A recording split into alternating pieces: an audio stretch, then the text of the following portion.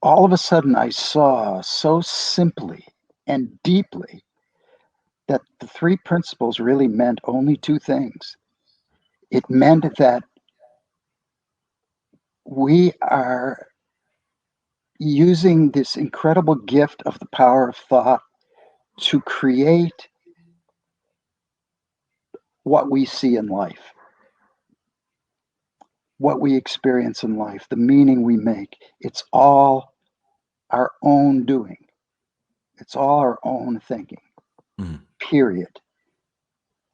And consciousness just makes that thinking look real. So we would swear that it is real. That's one thing. And the other thing it means is that we are perfect, whole, everything we're looking for in life, peace, love, wisdom. It is part of us automatically. And the only way that we cannot walk around looking like we are that is by using this incredible gift of the power of thought against ourselves.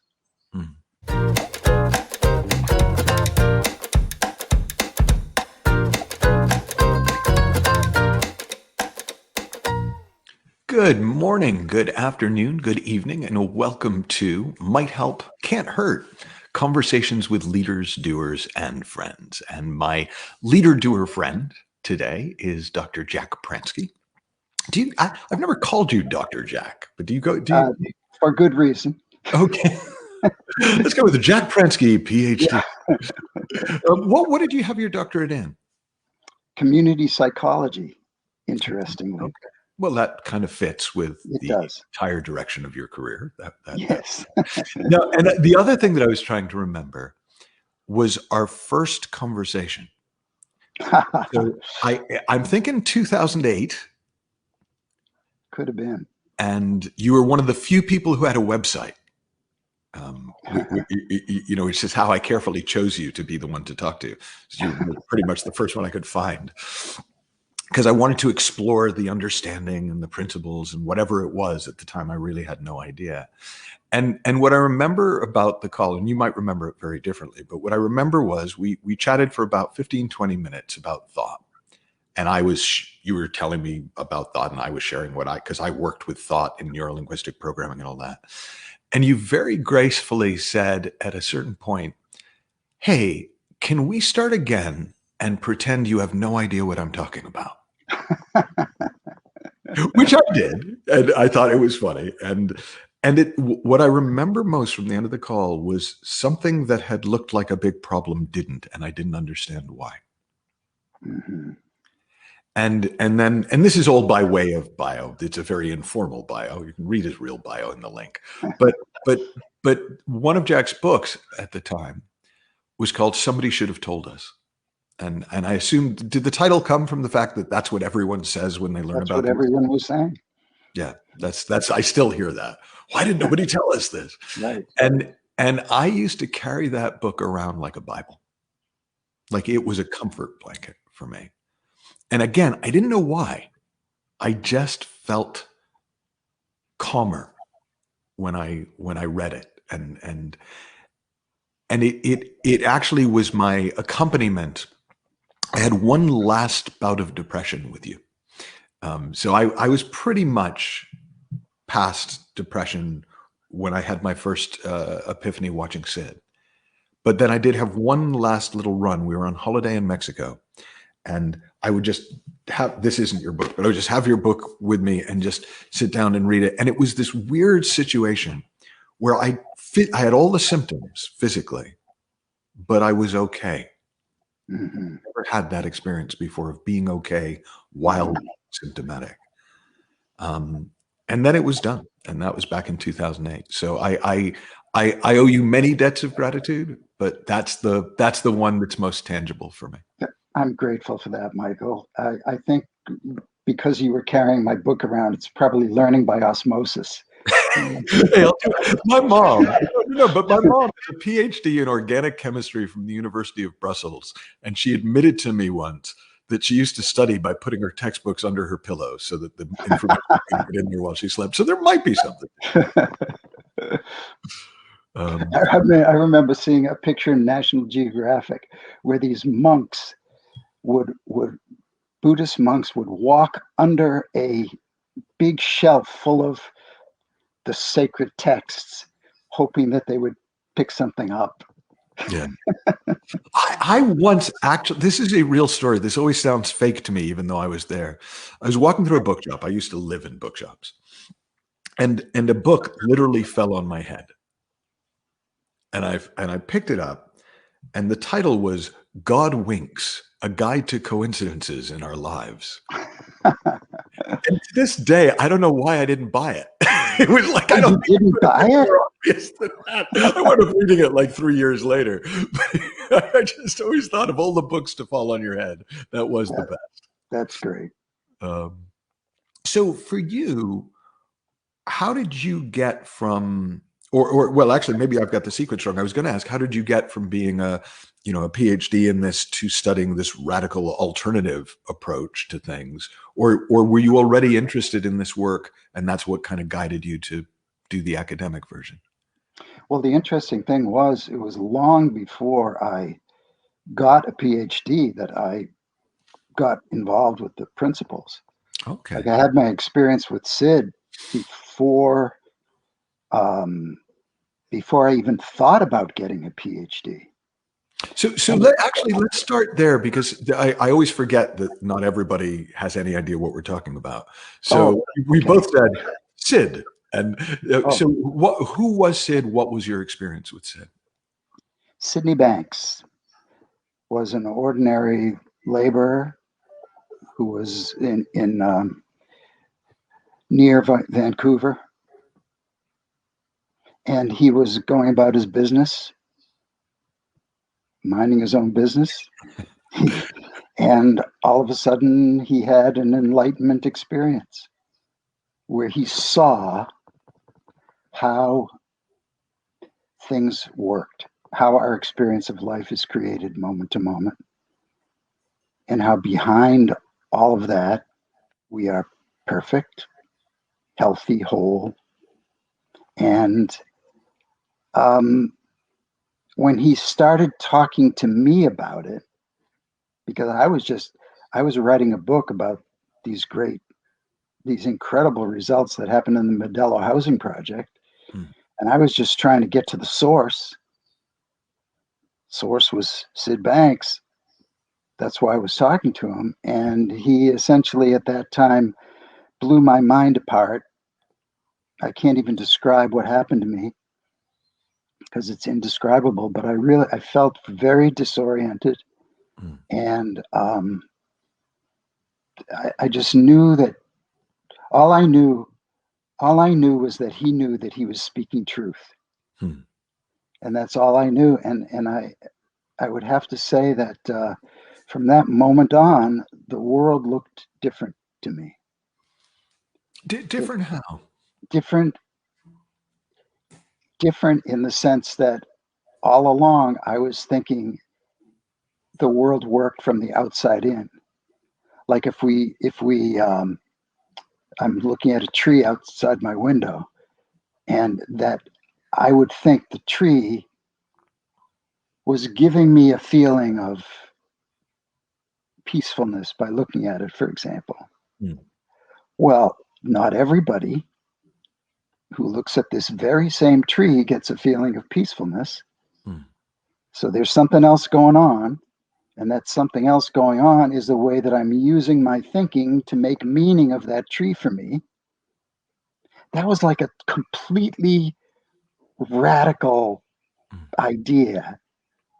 I mean, it sounds so simple and logical now, but then it was like such a wrench. I couldn't even wrap my head around the fact that I was the one who was inadvertently making up my own experience of life.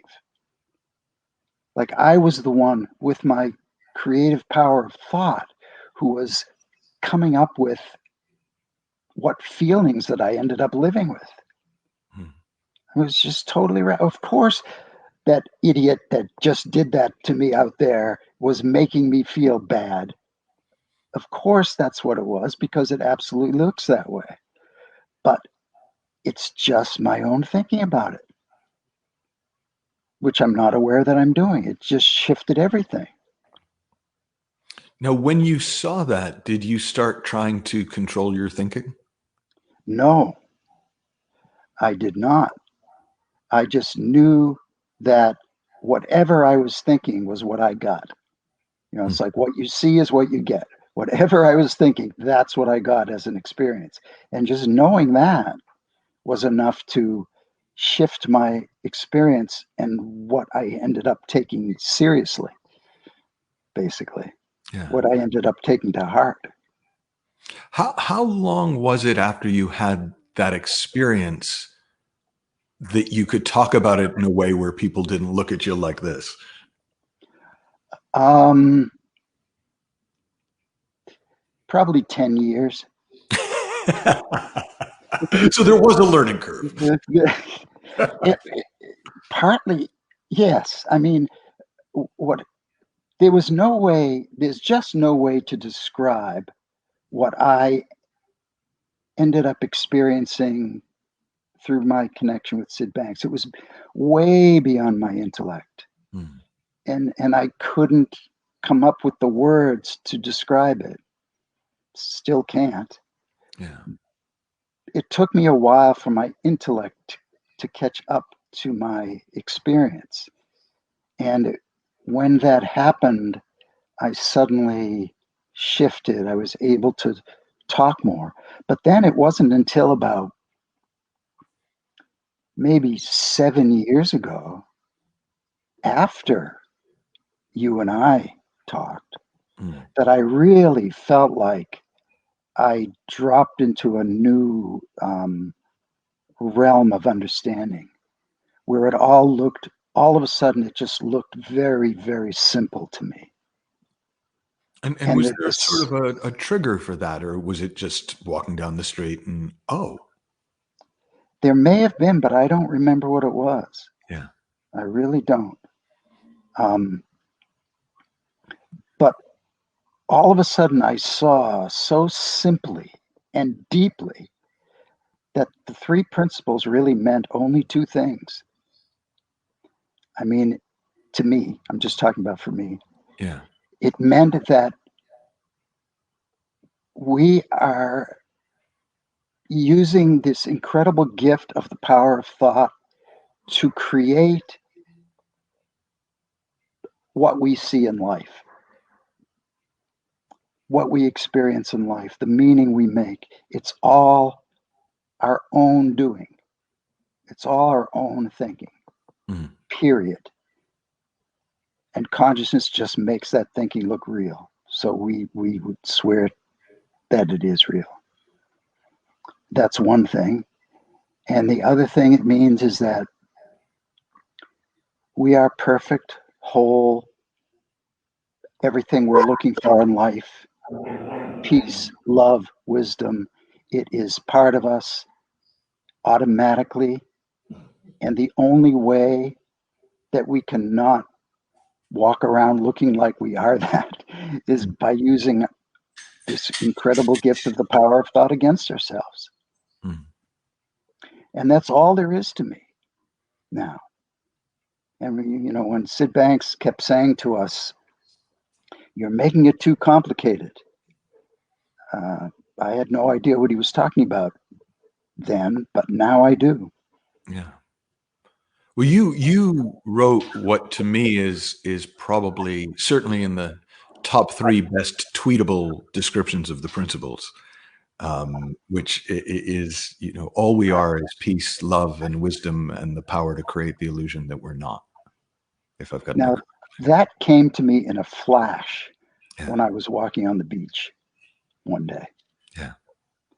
And left to my devices of my own intellect, I never could have come up with that in a million years. Well, but that's see, one of the things I've always enjoyed about spending time with you is you and I are actually writers.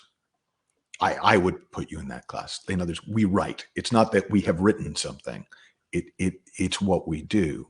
And for Yeah, me, the gift of writing, or one of the gifts of writing, is you get to read what you wrote and go, "Wow, where did that come from?" yeah, And so Sure. I've always been fascinated by that connection to the unknown, to this divine source or whatever it is, where something can come from nothing and it has that flavor.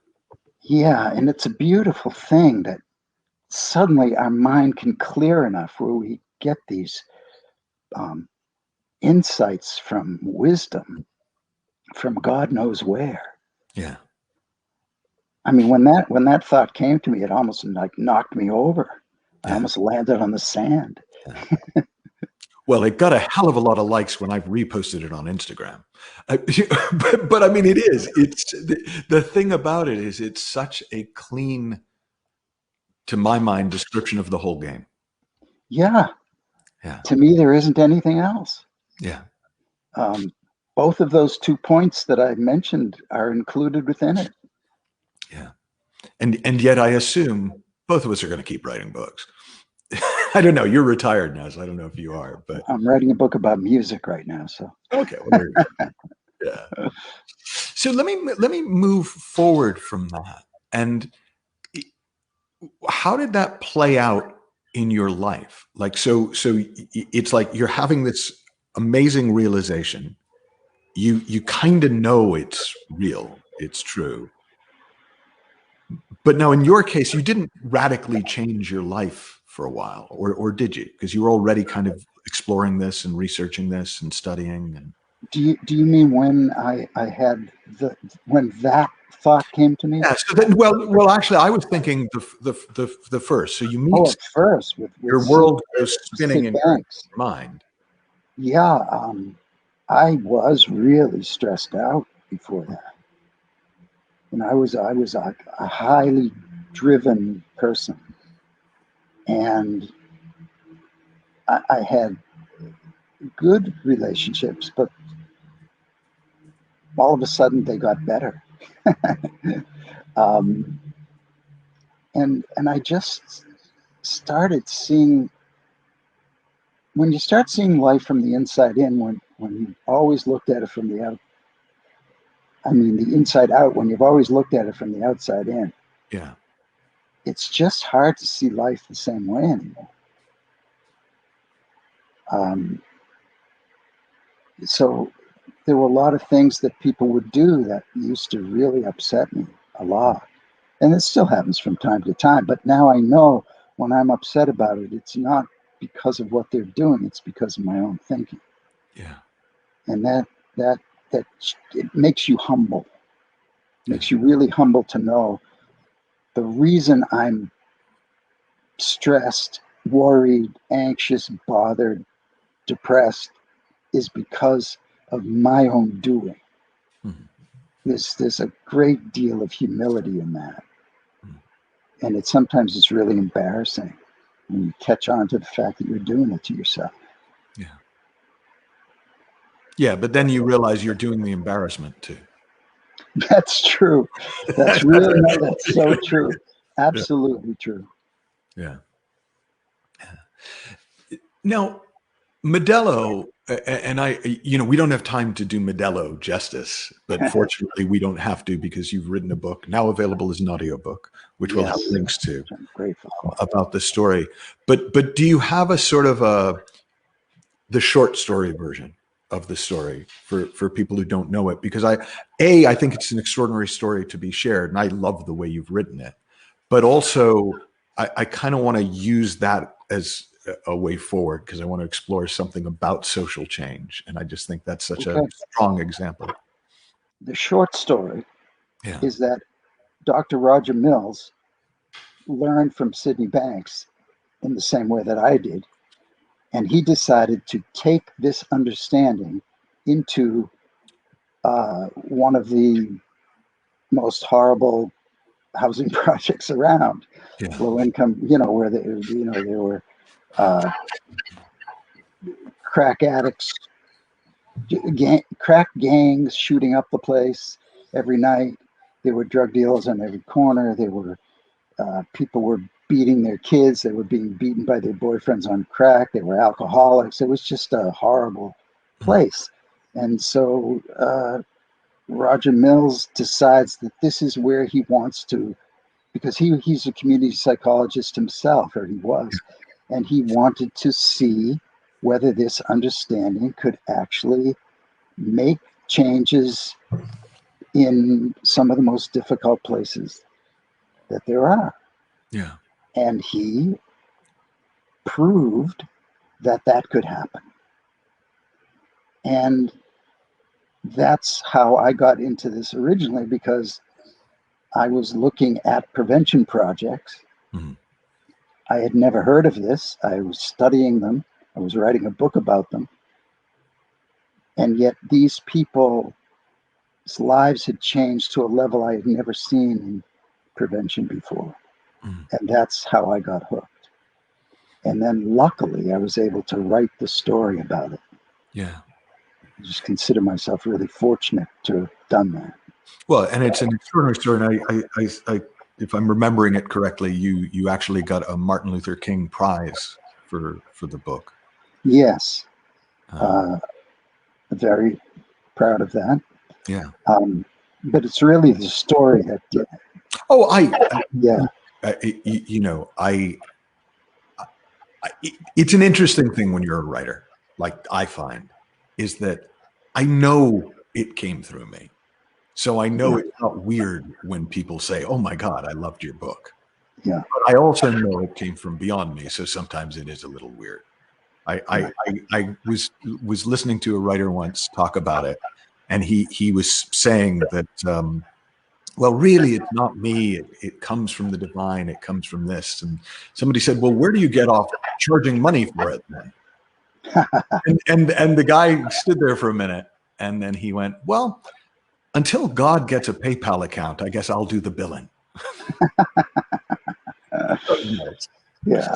Mm-hmm. Now, with the stories extraordinary as Modelo, and then Homestead Gardens is the other one, Coliseum Gardens, other communities where similar transformations took place. Why do you think it didn't catch on more? Because as far as I've seen, those three projects are sort of still the biggest project, and that was back in the 80s or early 90s. Well, Homestead Gardens came directly out of Modelo. It was Okay. the Modelo people who actually made Homestead Gardens happen. Oh, okay. Coliseum Gardens came along as a result. It wasn't the first, but it was the first that really took hold after Modelo and Homestead Gardens. And Roger at that time was seeing if the incredible results in Modelo could spread to other places. That was what he was trying to do at the time. Right here, this is my own theory. Right after Coliseum Gardens, he started changing his approach. Okay. And he had the thought, all we have to do is just go in and do training. And things will, people will grasp the understanding, and then it will take care of itself. Well, that's not what happened in Modelo. That's not what happened in Homestead Gardens. It's not what happened in Coliseum Gardens. And what happened there, they had staff people who were hired, who were trained in this understanding, who worked with people one-on-one, in groups, in classes, whatever they had to do to help this understanding seep into their consciousness. To me, that's what ended up changing people the most, is that contact. Yeah. Now, what they were, Roger and I'm not saying great things didn't happen after that, but didn't have the same impact. And I think it's for that reason, because they were trying to get the people who had trained, who might have been in other service providers from other agencies, the ones doing the work. And in some cases that worked, but in other cases it didn't. So I'm a big proponent of getting these projects funded in a way that's really going to work. And is there anyone that you're aware of who's actively doing this work at the moment in that kind of community-based setting? There are, I don't know them all, but in the UK, oh God, I wish I could remember their names. But and then I was Well, just talking with.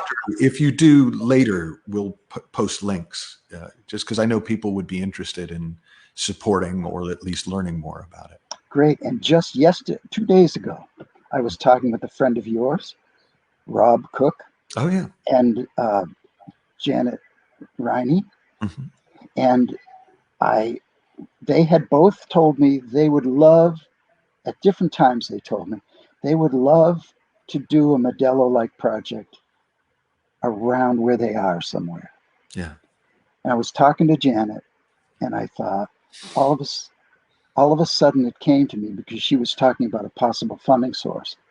It came to me in a flash. They should do this jointly together, but in two separate areas.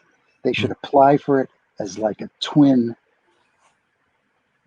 program, Twin you know, grant. Yeah. twin grant in two different areas.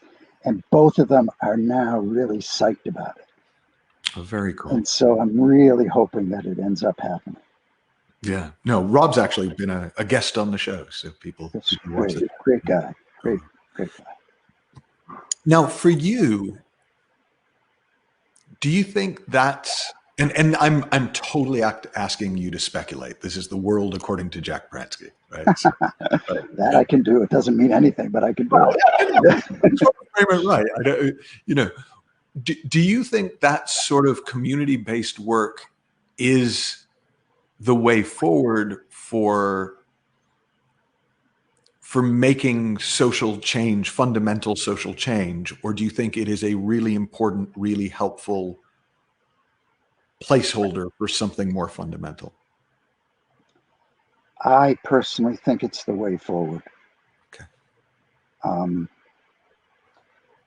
The reason you asked the question earlier, why it didn't take hold, you try to describe that to somebody and they think that it can't possibly work that way. Like you're going to start with assuming that, not even assuming, knowing that people are whole and healthy already, and only their thinking gets in the way. And if they gain this understanding, somehow it's going to not only affect their lives, but ripple out and affect their relationships and their families, and then their neighbors, and then it's going to affect the rest of the community, and the community is going to end up making changes that change the conditions in that community. Unheard of.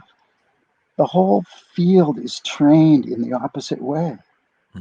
They've got to like even community organizers are taught to fan the flames of discontent. Yeah. You start with the fact that you've got rundown, overcrowded housing conditions, for example, and if you can't make any changes with the people unless you change that first. That's the prevailing view still to this day, and even though the research has not been great, by the way, that's one of the problems. Like Rod, bless his heart, Roger was not a great researcher.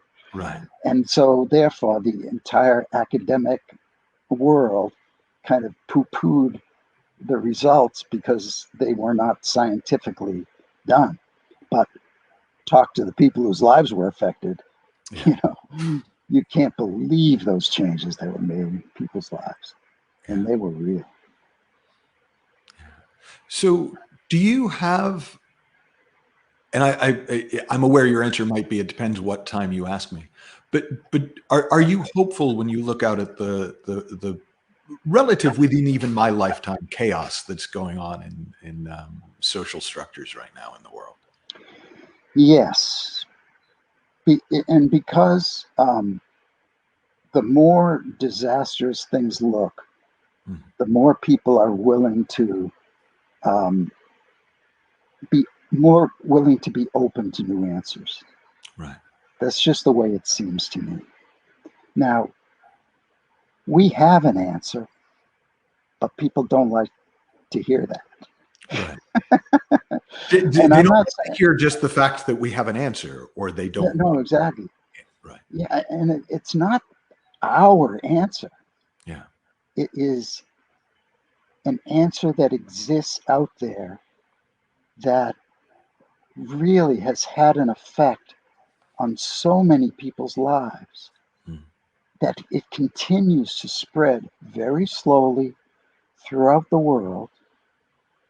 And it's a miracle, really. Mm.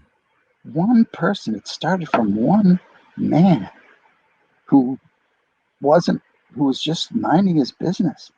And now, how many hundreds of thousands of people around the world now have this understanding that has changed their lives in a really positive and healthy way. And it's just a miracle to me. Yeah. And it's not going to stop. It's going to be way too slow for a lot of people. Yeah. It's way too slow for me. But but I know that when it takes hold one person at a time, like it does, it takes hold so solidly that it forms such a solid foundation that it's Yeah. going to be tough to knock it off its base. Now, this is a slightly sideways thing, but I wanted to make sure to spend a bit of time. One of the things that I have always appreciated about your teaching, when you share about this understanding, is you are one of just a few people who really do emphasize listening over articulating. Oh man. And I would Yes. love it if you could just spend a little time talking about A, what you mean by listening, because it's not necessarily what I thought listening was, but also why it Yeah. matters so much. What what I realized, it took me a long time to catch on to what I call deep listening was. I mean, I had gotten trained in listening, Mm. as active listening and what you do as a counselor and all that kind of stuff. And I realized that it was the opposite of all that. Mm. It's really it's my partner describes it like listening to the rain. I love that. It's just you're you get into you fall back into nothingness, Mm. and you or I'll just speak for myself. I get blank. I get blank, and I'm just taking the person in, and I start hearing things beyond anything that they're saying. God bless you. I hear I hear I hear things that they don't even know that they're talking about. Mm. And it's uncanny. And I have no idea how it happens, but it happens because universal mind is the energy of all things, and it's embedded in that energy. And that's what we're listening for. The answers that are already there, embedded in that energy. And if we're paying attention to the words, we're paying attention to what people are saying, we are not, we're going to be distracting ourselves away from where the answers lie. Mm. So I don't But know if that was a good explanation or not. But it is because I think the fear when I'm teaching and the fear that comes out when people go, yeah, but if I don't listen for this, I'm going to seem like I don't care. I'm going to seem like I don't, like I wasn't paying attention, things like that. Whereas my experience is the opposite. yes, people can feel it. Yeah, Like we're right there with them, yeah, right there. They can feel that. Even though my mind is a blank, I am, in a sense, I'm in a state of love with people. yeah, People can feel it. So they get more open. yeah. Their minds relax more. They want to listen more when they feel like they're being truly listened to. Well, I often think of and it's a cliche, but it's a good one that people don't care what you think until they know that you care. It's a cliche. That's a great one. Yeah. And interestingly to me, more than anything you would do, when you really listen to somebody, that they know that you care. Yes. They can feel that you care. Yeah. You're right there with them. Yeah. It's a beautiful, beautiful thing. And when I did catch on to that for myself, it made everything easier because I didn't have to say anything until something struck me. Yeah. And then I would say it. So I get into a state of I don't know. I don't know. I don't know. I don't know. I don't know. I'm not actually saying that to myself, but that's the way it is until boom, something hits me and I know something. And then I'll say it and I'll go back to listening. Well, what's interesting though is it's I don't know, I don't know, I don't know. It's not, oh no, I don't know. I got to figure it out. Exactly. It's just I It's don't. it's a relief not to know. Yeah. Not to think that we have to know. Yeah. The answers are there. They're beyond us. All we have to do is listen for them. And you know, the more quiet our mind gets, the better off we're going to be like that. Now, do you find that you're able to deep listen to yourself? I do deep listen to myself because I like to be guided by wisdom. Yeah. I don't listen to myself unless I know that I need to be guided by wisdom, and it probably to my detriment Right. in other ways. But excuse me, if I need, if I know that I need to make a decision about something, I want to be guided by wisdom. If I try to figure it out, I'm going to muck myself up. So I want to fall back into the formless, have my mind clear, and out of that clarity, clearness, or something, I'm guided in where I need to go, and I regularly rely on that when it has to do with. I relied on that about whether I should be in the relationship I'm in. Yeah. Because their logic said no. We kept bumping up against each other. Logic said no. Wisdom said yes. And I listened to wisdom, and it has really paid off. Oh, that's lovely. There's a last question I ask everybody who comes on the show, and so I have the power temporarily to ordain you emperor of the universe, and so I'm going to do that. And what I want to know is, what's your first decree as emperor of the universe?